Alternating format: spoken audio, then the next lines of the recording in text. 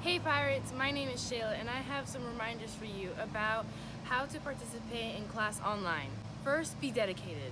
Stay focused on the lesson, mute your microphone until you are called on to speak.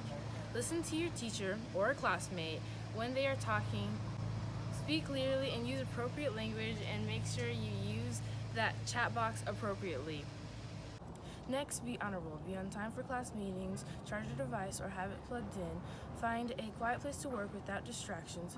Follow directions and complete your tasks to the best of your abilities.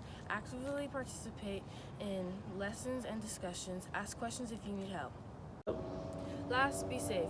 Wash your hands before using this computer for school purposes. Do not share passwords or personal information online. And take short breaks to stand up, stretch, and get water. If you have any issues, be sure to contact a teacher or the student help desk. Welcome back to School Pirates. We got this.